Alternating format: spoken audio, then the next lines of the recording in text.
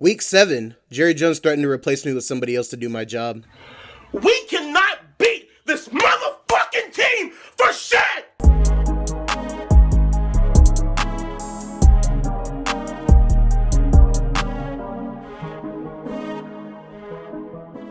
Five straight L's for the Saints, but they're decimated with injuries right now. But what a dominant statement win for Denver. Broncos country, let's ride. I knew the Jags couldn't be winless in the UK. The Patriots had as good of a start as you could hope, but the Jags just took over the rest of the game from there. This is truly a week-to-week league. Atlanta came in hot, Seattle came in cold, but the Seahawks took over the game start to finish, while Atlanta's offense sputtered in the fourth quarter. Titans scared me for a second, jumping ahead early and leading at halftime, but like week 1, Bills came back and controlled the game in the second half to win at home. Joe Burrow finally gets his first win in Cleveland, although the game ended up being closer than they'd hoped. It's nice to see Nick Chubb come back for the Browns, but with that comes losing Deshaun Watson. Just how I expected. Both offenses were cooking for the first 2.5 quarters, but the defense came out to play afterward.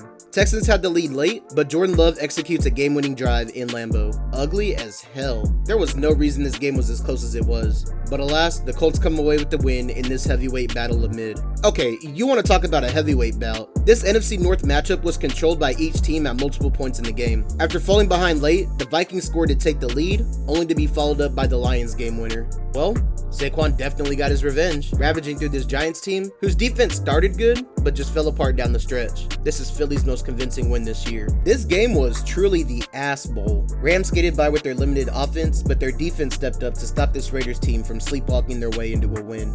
Washington by a million. Jane Daniels left the game early, but it didn't matter much since Marcus Mariota came out and torched this Panthers team. The sloppy Super Bowl sequel. Both teams didn't play very good in this one, but Patrick Mahomes just made more plays to get the Chiefs another win by beating this Niners team, who is damn near depleted. So, the Jets are just the Jets. Devontae wasn't going to magically change the offense, but Pittsburgh, after sputtering in the first half, just absolutely controlled the second half behind Russell Wilson and Najee Harris. I'd say this one was a dud. Tampa started hot, but then the Ravens exploded the rest of the game and put it out of reach before the Bucs' fourth quarter heroics. Being down your top 2 receivers is gonna be rough.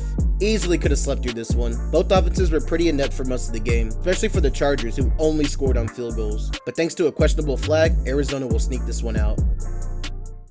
Week 8, which means no buys, equals 16 games. Let's go. For our Thursday nighter, we got the Rams taking on the Vikings. The Vikings were in that game with the Lions from beginning to end, but gave up the lead to Detroit late to get their first loss on the year. While Rams are coming in on a short week, still at home after beating the Raiders.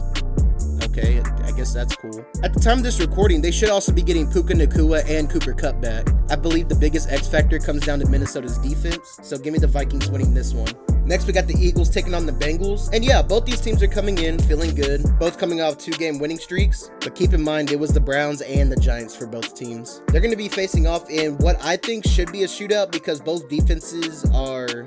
they're not great. But I feel like the Bengals offense should be able to take control of the game. Plus, they've never lost in the white Bengal uniform. Give me the Bengals to win this one at home. Next up, we got the Ravens taking on the Browns. And hey, Cleveland, remember a couple of weeks ago when I said, "Put Jameis Winston at QB"? I was meaning for you to do it before somebody got hurt, but since somebody did, Jameis Winston will be starting this game at quarterback for the Cleveland Browns. Nick Chubb is back, but he needs a little bit of time to work on recovering from that knee injury. Why am I saying this? It really doesn't matter. The Ravens are going to go in, and they're going to win by 50. The Ravens have been on a hot streak as of late, and I really don't see them struggling in this one, but then again, it is the AFC North, and crazier things have happened. Then we're going to have the Titans taking on the Lions, and this one really doesn't need much discussing. Titans are terrible. Too many questions at quarterback. They just gave away DeAndre Hopkins. Tony Pollard's the only consistent piece of that offense. And that defense that was supposed to be good, I guess they're not. So give me Detroit by 1 billion. Then we're going to have the Colts taking on the Texans in a Week 1 rematch between the AFC South rivals. Now, Houston's coming off a very narrow loss to a really good Green Bay Packers team and are looking to get back on track. Meanwhile, the Colts, I guess they're kind of dragging themselves to the finish line with Anthony Richardson. I keep saying, I think this Colts team is much more threatening when Joe Flacco's under center, but the Colts believe in developing their young QB talent, so for that reason, I'm going to pick the Texans. It's at home, plus it'll definitely send out a message that this is our division. Then we're going to have the Packers taking on the Jags, and Doug Peterson still has a job? Okay. Well, he's gonna lead his team against a very familiar opponent, the Green Bay Packers, who just came off of a statement win against the Houston Texans last week. Really, the only keys to victory for the Jags is to force turnovers. They haven't forced very many turnovers in the last couple of weeks, and that's playing against a couple of rookie quarterbacks. But Jordan Love, while he has been good and putting up numbers, he's having a little bit of a turnover issue. If the Jags can make Jordan Love look like Favre rather than Rodgers, a prime Rodgers that is, then they might have a chance. But give me Green Bay, and I don't think this one's going to be close at all. Then we're going to have the Cardinals taking on the Dolphins, and the Dolphins might be getting Tua back. And they need him too because they have been struggling. Meanwhile, the Cardinals, this team frustrates the shit out of me. They actually frustrate me more than the Colts do at this point.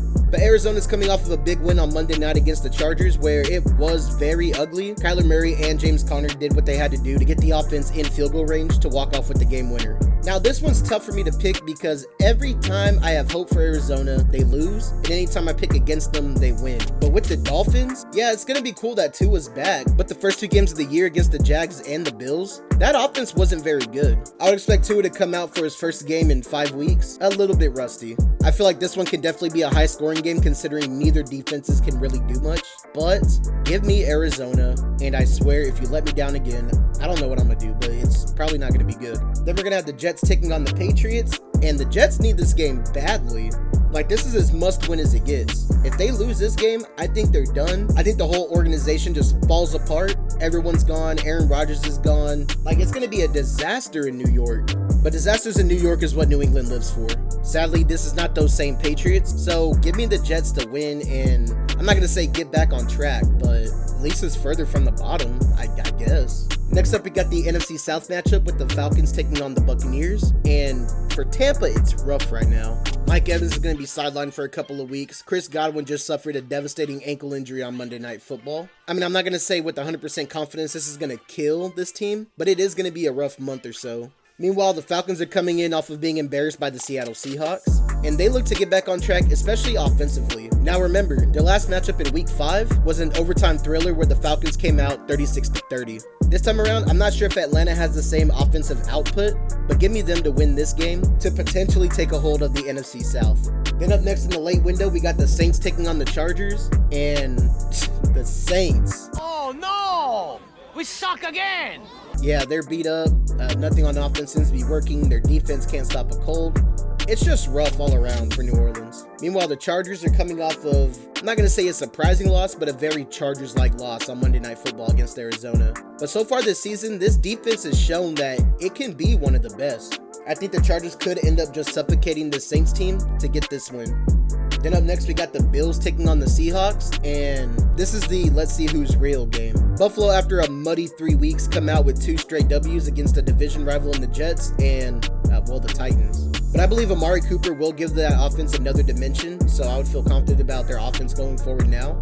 In Seattle, I mean, Geno Smith's been carrying this team as he does. If he can get a little bit more production from Kenneth Walker to ease up some of the passing game a little bit, this offense cannot be stopped. DK being a little beat up is a little bit concerning, but all in all, I think the Seattle offense can go head-to-head with Buffalo's offense.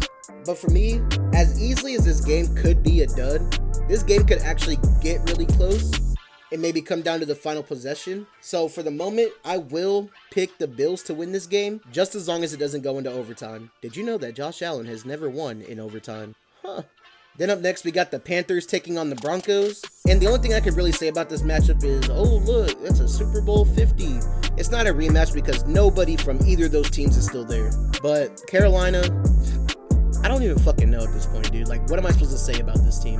They're bad. They're frustratingly bad. While Denver, they're frustratingly inconsistent. There are games that they've looked really good in this year, and then there are games that you're just like, what even was that? And I feel like this could probably be a spot for the Broncos to maybe hiccup a little bit. I don't think it'll happen. If it does, I wouldn't be surprised, but I am gonna take the Broncos to win this one. Next up, we got an AFC West matchup with the Chiefs taking on the Raiders. Now the Raiders, this was probably a week they've been dreading for a while.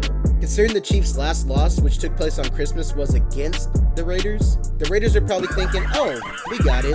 Wrong. Because really, so far this year, Mahomes hasn't had to do a whole lot outside of maybe 2 games. The main thing you need to be worried about is the defense, who have been good for probably the last 2.5 or so years. And going up against a very inept Raiders offense, Yeah, sounds like a disaster. Plus, we'll see if this is the game that the Chiefs can get their offense really going with the addition of DeAndre Hopkins, giving the Chiefs to win this one very comfortably.